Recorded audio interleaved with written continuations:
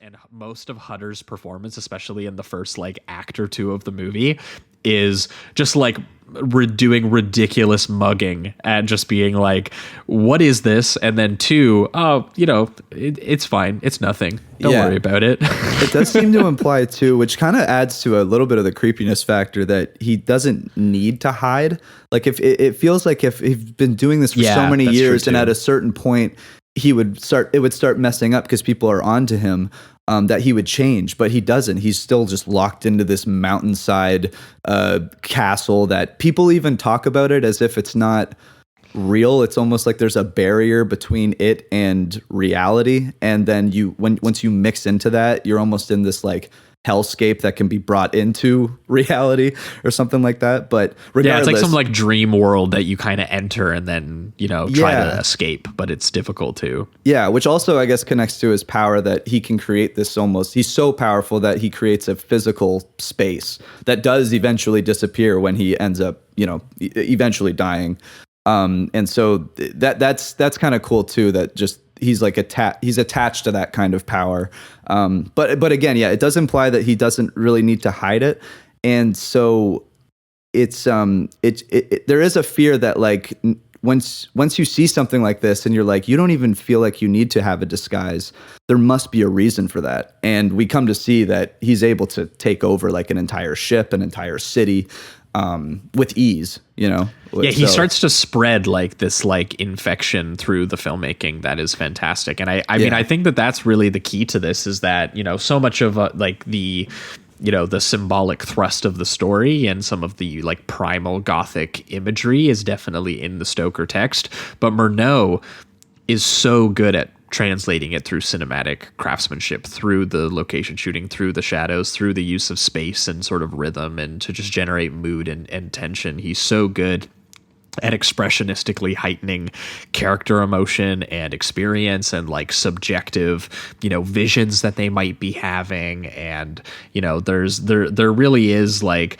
at a certain point, we'll talk about some of the cross-cutting that is in this film. That is some of my favorite of the silent era just in general, because there's obviously filmmakers who were pioneering it before him, but honestly, most of the time they were pioneering it before him for narrative comprehension, for cross-cutting, so that you could just get two modes of action happening at the same time, and maybe you're connecting those two things. But his is like connecting, literally creating supernatural force and like psychological connections in using purely editing. And it's crazy. It's often doing this thing because it's trying to do two stories at the same time, but kind of use it like all connecting them at the same time too. So the cross-cutting is essential to that. And he's, it's having Thomas, discover Dracula or Orlok in this case, but then at the same time, because Orlok is almost, once he discovers that Hutter has his wife Ellen, he shows Orlok like a portrait of her,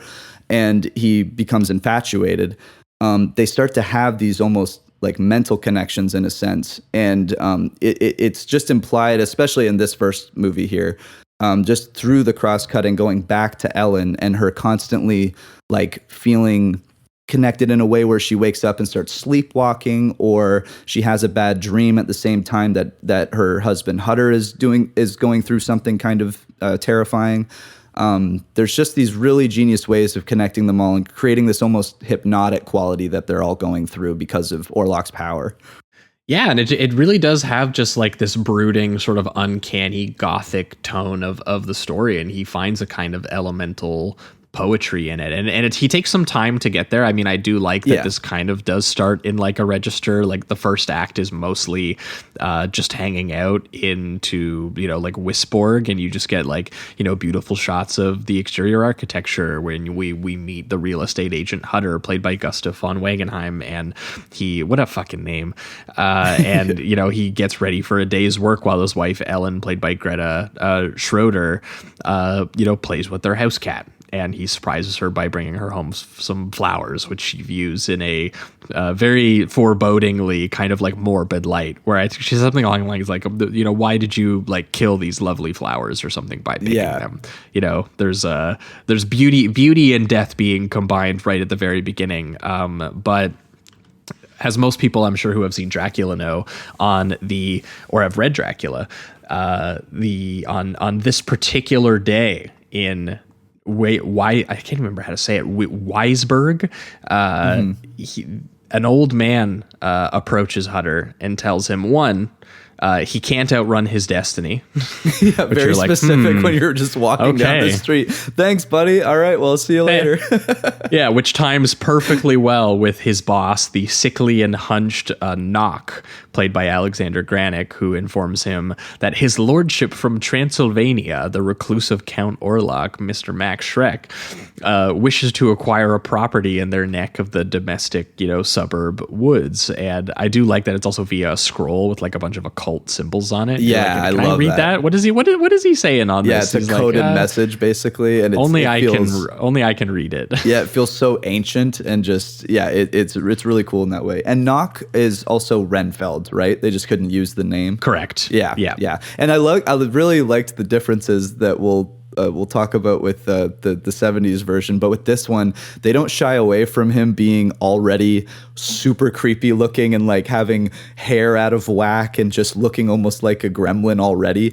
And you almost feel like in the 70s one, he kind of does a transformation, whereas this one, it feels like, how did you trust this boss of yours already? He feels like he's actively just like conniving in front of you. I get it though, because it's silent film. It's a visual medium. I understand why they're kind of just being more obvious about it. They do the same thing with